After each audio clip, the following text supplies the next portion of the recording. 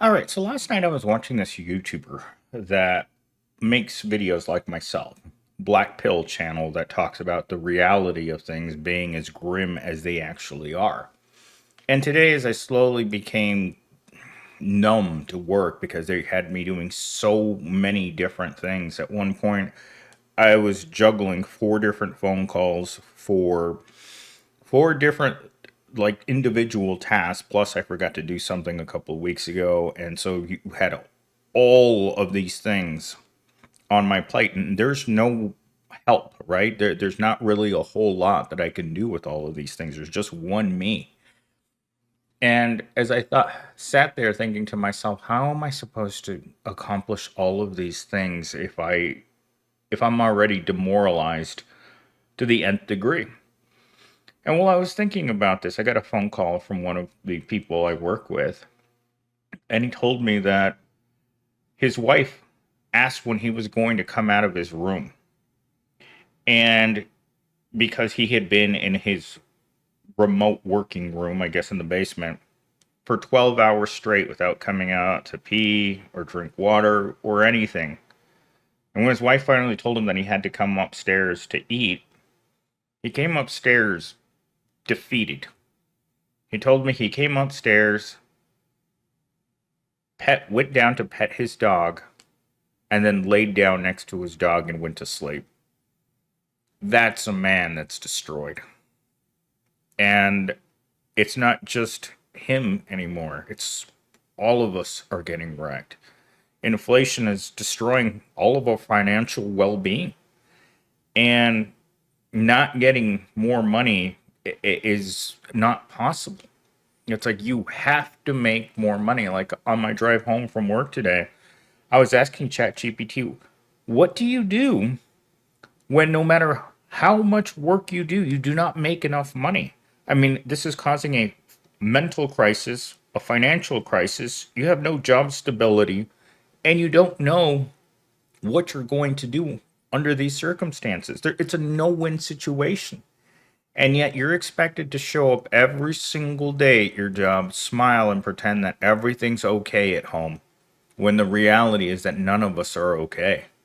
You can walk around in our society and ask people, it's like, how are you doing? They may lie to you because they don't want you to know, but no one's doing okay.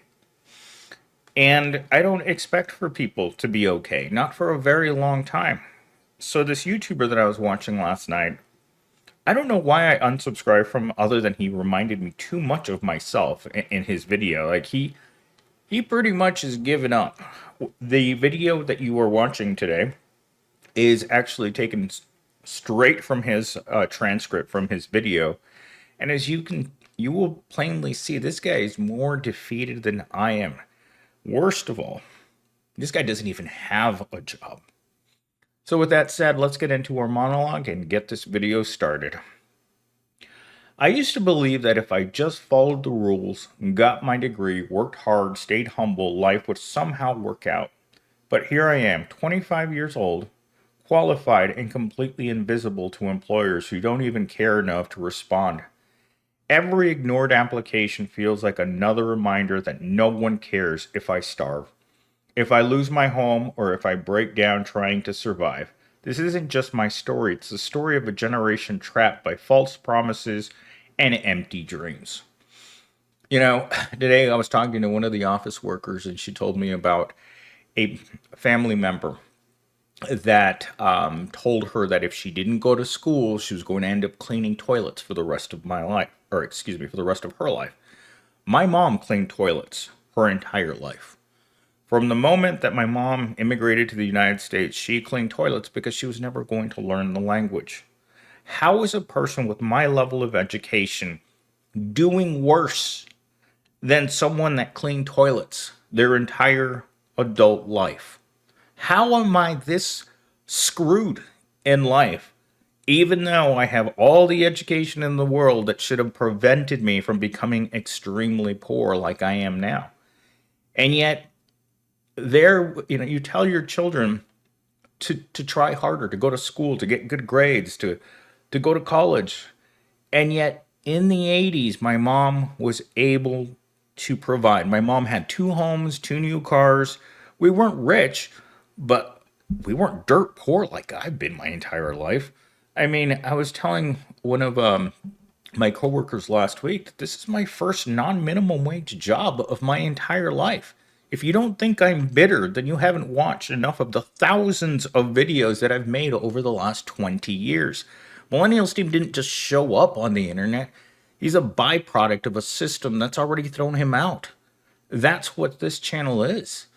There's no there's no hope either. Like today I went to one of the taco places that's close to my work, and the girl that owns the restaurant, we've been talking for 3 or 4 years. I actually met her when I started this job. So in November, I'm turning 4 years old. So I have exactly 6 months. I'm actually 3 years and 6 months old at my job, almost to the day. Anyhow, I saw her today and she just looked completely different to me. Like the color of her skin, the shape of her face, her braces were gone for the first time that since I've known her. She got her braces put on shortly after I met her, and she got them taken off last week. And it was weird. It's like she sounded different, she acted different. I knew it was the same person. But if aliens had abducted her former self, I wouldn't be surprised because that person did not remind me of the person that I saw the last time I was there. This person was morally defeated. How can you possibly run a successful small business in an economy that's this difficult, where people don't have money to go out and buy fast food? But I don't know where I was going with that other than I hadn't seen her in a long time. I don't know why I don't go visit her more often. She's always really, like, every time she sees me open the front door, she's just like, I can see her face just like get ecstatic to see me. Anyhow, let's get into talking point number one. The false promise. Just go to college and you'll get a good job. How education degrees lost their value in a job market that's indifferent to your survival. Applying endlessly, rewriting resumes, and feeling disposable, invisible, and replaceable. About 2 or 3 months ago, I got with one of the people that I know from work. I know her outside of work, and her full time job is writing resumes, rewriting things. And she told me it's like millennial steam. If you really want to get a good job, you're going to have to work on cover letters for these jobs.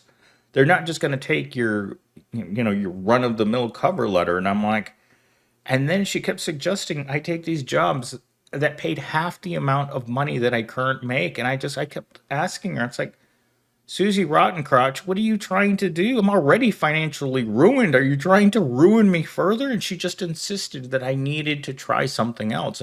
She does not like the idea of me having a tech job at all. Like when we were going over my education and experience, she's like, you need to get out of this industry. It's not for you. A person with your education doesn't belong here. I have an entire behavioral education, and yet I sit in an empty room all day, staring at the walls, wondering when I am going to lose it and go completely insane. But the job market is not good. Gen Z's been looking for something better. And that's the funny thing is over the years, every Gen Z that I've met that's either worked for me or I meet them out in the real world, they're all hoping that they're going to find this amazing job that's going to treat them right, that's going to give them work life balance, it's going to allow them to have weekends off today.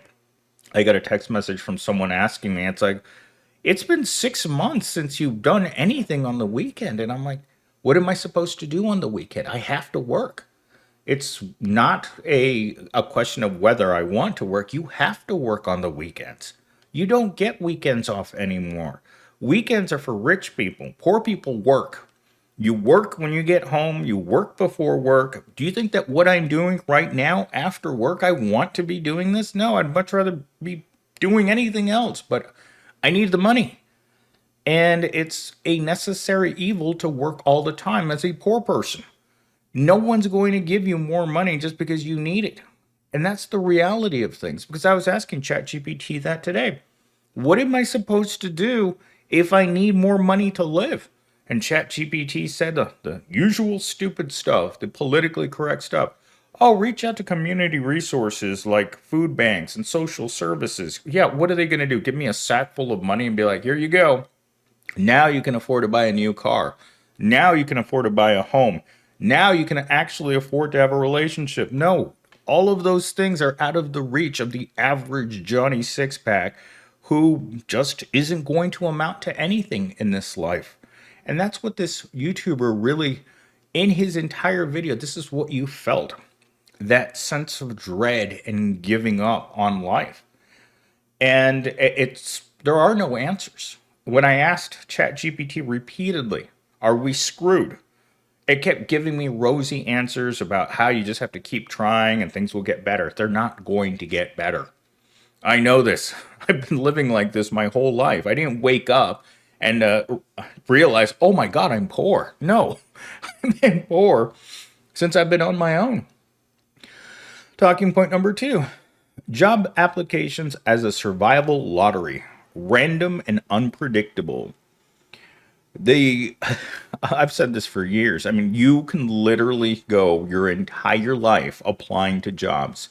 And because of your personality or the way that you look or the way that you carry yourself in conversation, there's a distinct possibility that you may never get a real job. Even McDonald's has standards. Like I went to this Greek restaurant about 10 days ago, and the guy they had working there couldn't speak. Like he had some sort of a speech impediment, and you couldn't understand what he was asking you. And I'm like, how would you hire that person to work in a fast food place where you have to order your food in pieces, right? It's like it was a Greek like Subway, right? Where you have to order, you want this, this, this, and this, and he's got to put it together, but you couldn't understand what he was saying. It's not his fault, but there are certain jobs that don't fit people. Like for me, working in a prison, like if I was a sadistic prison guard, it wouldn't work for me. Or being a school teacher wouldn't work for me. Working, just working in general doesn't work for me. I'd rather sit at home and not work. But that's like most of us. None of us want to work. We just don't want to starve. Employers are ghosting candidates, dehumanization through silence, and automated rejections. The automated rejection, like I don't think I have ever gotten a any reply back to any application that I've submitted over the last few years. You submit them into the abyss and they go somewhere. I just don't know where they go. The normalization of begging for mediocre wages that won't even cover rent and basic necessities. This is what I've seen with all of my Gen Zs since I started working here. Is their mediocre wages don't cover their rent. And the simple reason for that is that if you're not rich, you're not supposed to leave your parents' house. That means more and more 40 plus year old men living at home with their mothers or people moving back in. In my own group, I know of at least three people who have to live with their parents because of financial problems. And one of them got fired recently. Like, oh my God, because that guy was on such a knife's edge when he was getting, because he knew it was coming, right? There was no way that this guy was ever going to save himself. And he knew that it was coming. He knew that he could not afford to lose his job. And yet it still happened to him. I'm certain that I think he worked at Evil Corp for like 10 years or something, or even more. Because there's that friend that I mentioned that helped me with my resume. She was friends with him before things changed dramatically because she ended up moving to the East Coast. And I think this is around the same time that he ended up moving in with his mother. And then I think things just spiraled out of control for him. Like he just couldn't keep it together. Many of our conversations over the past 6 months have been him on the verge of having emotional breakdowns on the clock. And I was asking ChatGPT that question itself today. How are human beings supposed to keep themselves from burning out, breaking down, or just giving up when you're in such a dire situation that you're a 40-year-old man living with your mom and your dog is your best friend. That's a tough situation to be in. And a situation that many, many men find themselves in because the wages aren't designed to lift you up. In fact, the wages are designed, you're not thriving, you're surviving. But for many of us, the surviving part isn't even real anymore. It's just every morning you wake up, like me this morning. I woke up at 4 and my neighbors kept making noises and more noises and more noise. Every time I thought I was going to fall asleep, my neighbors would make more noises. And I was just like, ugh, this is like living in hell. But that's what living in an apartment in a rundown part of town is. It's hell. It's not surviving, it's basic housing. All right, talking point number 3. For some reason, ChatGPT didn't put my talking points into the normal way that it puts them. It puts them into individual talking points, even though I told it I wanted 3. Anyhow, besides this, beside that, I think I'm using the new 4.5 ChatGPT model. I think every time they upgrade ChatGPT, it does something weird to everything. Anyhow, rejecting the internalization of guilt and shame about unemployment and poverty, acknowledging the exploitation built into low wages and desperate job markets, encouraging viewers to stop blaming themselves and start recognizing systemic exploitation, reclaiming dignity despite the odds. So I think I'm supposed to talk about each one of these things, but I'm running out of time and I still have to do my closing. So, systemic exploitation. That's what work is in our society. Systemic exploitation. There's no way that you could look at a job right now, regardless of what it is, and not think to yourself, this job has burnout built right into it. Like the hours that you're expected to work for the wages, it is very, very negative. And to think that, oh, you know what, I can work my way up in the company. It's like you're not going to work your way up to an executive level position. You're lucky to be able to keep your job making fries at McDonald's. And so every day that you wake up, you have to think one last thought before you leave for the day. Put the fries in the bag, little bro. Having someone half your age tell you to put the fries in the bag, little bro. That's the humiliation and the indignity of work every day, because every day someone's going to tell you to do something stupid at work. Every day you're going to hear something stupid at work that someone says to you, and you're just going to look at them like, really? Did you really have to put it that way? Because most people are not trained to be good people. I would say that 99.9% of people are bad people in this world. And the people that are left over usually get exploited even harder. Like those people that you meet that all they do is work and they're on salary. And you wonder, well, why do you work so much? I mean, we both make the same amount of money. And they just look at you like, well, I'm afraid of losing my job. That's why I work this hard. And you're like, you're going to lose your job regardless, because they don't fire based on how good you are at your job. They fire you based on whether or not you're likable or not. Because, and I've read this in so many different articles, is the people that are likable, regardless of whether or not they're good at their job, they're people that get a pass, a free pass in life. Because the more agreeable you are, the easier it is to do well at life. In fact, I think that's work contacting me yet again.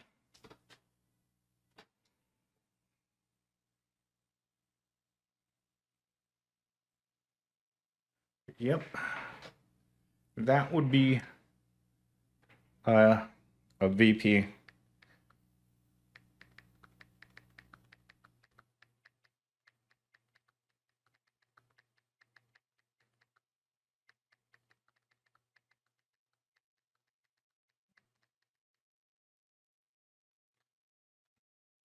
That's a person that probably is whatchamacallit, working on salary right now and probably shouldn't be messaging person that's hourly. Anyhow, it's my fault for leaving um, my phone on. I always normally turn these things off when I do this, but I forgot that time. Okay, so let's finish up our closing monologue. If you're watching this Feeling ignored, hopeless, and angry, know that you're not alone. The system wants you to believe that your worth depends on a paycheck, that your struggles are personal failures, but it's all a lie designed to keep us quiet, desperate, stop carrying the shame for something you didn't break and start remembering your value doesn't depend on someone else's decision to hire you. We deserve better than begging for crumbs, and even though nobody seems to care if we starve, we'll keep fighting, keep surviving, and keep demanding the dignity we deserve. Why does that word keep coming back? I remember one of the last speeches that I saw Joe Biden give before he decided that he wasn't going to run again was about the dignity of work and bringing back the dignity of work.